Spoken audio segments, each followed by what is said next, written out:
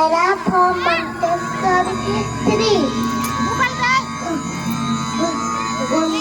जय जगन्नाथ जय जगन्नाथ महाप्रभु आनंद कचित अमूर्त गण अमूर्त करता असरण असरण कोटि काई महाप्रभु कोटि कोटि उड़ियार जीवन गण काया शांत चरण विंदर अनंत कोटि दंडवत आपण करिबे एठी जो ठाकुर होचंती गुना कण लोके सब कहले द्वारिका होचंती बुलियांगना द्वारिका लोकटे बुली बुली आसी पहुंचला रामेश्वରରେ बसला भाई एठी ठाकुर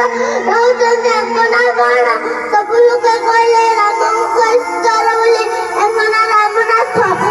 शेषक लोकटे बुली बुली आसी पहुंचला पुरीरे बसला भाई एठी ठाकुर होचंती अंगना कण ସମସ୍ତେ କହିଲେ ଜଗନ୍ନାଥ ଲୋକଟା କିଛି ବୁଝିପାରିଲାନି ଦେଖବା ପତ୍ରିକା ଯାଇଛି କହିଲା ବଦ୍ରୀନାଥ ଦ୍ୱାରିକା ଯାଇଛି କହିଲେ ଦ୍ୱାରିକାନାଥ ରାମେଶ୍ୱର ଯାଇଛି କହିଲେ ରାମନାଥ ସିଧା ଗରୁଡ଼ ଗଛ ପଟେ ଆସି କାଳିଆ ସାମନାକୁ ପଚାରିଲା ହେ ମଣିମା ମୁଁ ବୁଝିପାରୁନାହିଁ କିଏ ଆପଣ ଆପଣ ପୁରୀର ନାଥ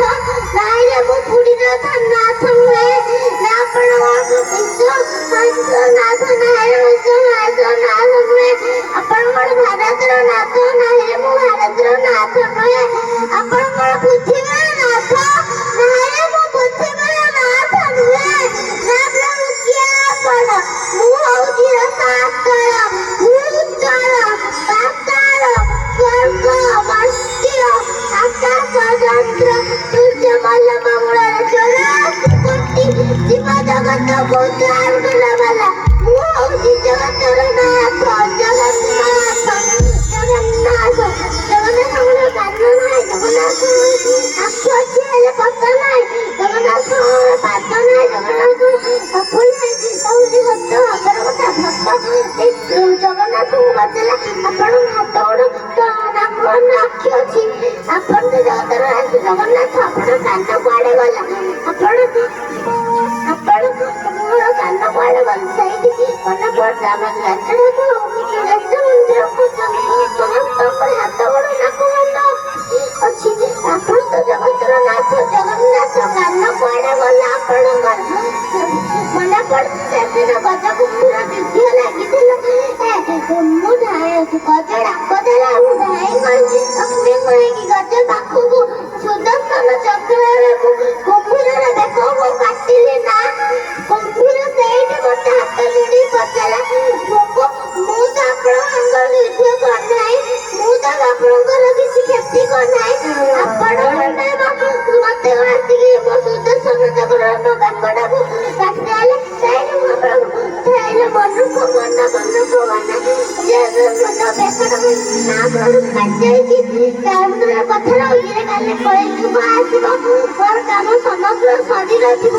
ଏ କାନ ନଥିବ ଆଉ କୋଉ କାନ ଥିବ ନା କୋଉ ଗଜ ଡାକ ଦେଲେ ମୁଣ୍ଡ ବେକଟାକୁ କାଟିବି ପ୍ରଥମେ ତୁ ଯିବୁ ସ୍ୱର୍ଗକୁ ପଛରେ ଯିବ ଗଜ ଭକ୍ତର ବୁଢ଼ା ଦେଇଛୁ ଭକ୍ତର ବୁଢ଼ା ଦେଇଛୁ ପ୍ରଥମେ ଯିବୁ ସ୍ୱର୍ଗକୁ ପୁରା ମଣିଷର ତ ପତା ଅଛି ଠାକୁର ଅଛନ୍ତି ସମସ୍ତଙ୍କର ପତା ଅଛି ଆପଣ ତ ଜଗତର ନାଥ ଜଗନ୍ନାଥ ପତା ପଡ଼ିଗଲା ଆପଣଙ୍କର ମନେ କରୁଛି ସେଦିନ ଭୀମ ଯୁଦ୍ଧ ଲାଗିଥିଲେ ଭୀମ ଯେତେ ଦୁର୍ଯ୍ୟୋଧନକୁ ମାରୁଛି ଦୁର୍ଯ୍ୟୋଧନ ମରୁନି ଶ୍ରୀକୃଷ୍ଣ ଭଗବାନ ଟିକେ ଭୀମ ଆଡ଼େ ମାନେ ଆଖି ଖେଳ ମାରିଦେଲେ ଆଖିରେ ମାରିଦେଲେ ଭୀମ ଗଲେ ଦୁର୍ଯ୍ୟୋଧନ ଜାନ ଭଙ୍ଗ କହିଲା ସେମିତି ଦୁର୍ଯ୍ୟୋଧନ ପ୍ରଭୁ ପ୍ରଭୁ ମୁଁ ଆପଣଙ୍କର କିଛି ନାଇଁ ଆପଣ କଣ ଭୀମକୁ ଆଖି ଖେଳ ମାରିଦେଲେ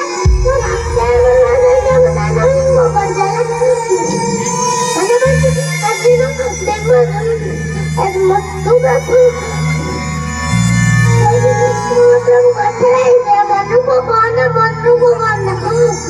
ଯେମିତି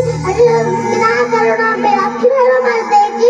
ଆଉ କୋଉ କଥା ଥିବ ନା ମୋର କଥା ହଉଛି କାଲି କହିଯିବ ଆସିବ ଆଉ ମୋର ହାତ ଗୋଡ଼ ନାକ ଥିବ ହେଲେ ପତା ନଥିବ ଆଉ କୋଉ ପତା ଥିବ ନା ଆଉ ଭୀମକୁ ମୁଁ ଆଖି ସକାଳୁ ସକାଳୁ ଭାରି ପଡୁଛି ବୁଢୀକୁ ଆମ ରାସ୍ତା ବସରେ ବସି ମୋ ଆଠରୁ କହନି ମୋ ପୁଅ ଦେଖିଯିବ କାରଣ ଟଙ୍କା ପଇସା କଣ ଭାବୁ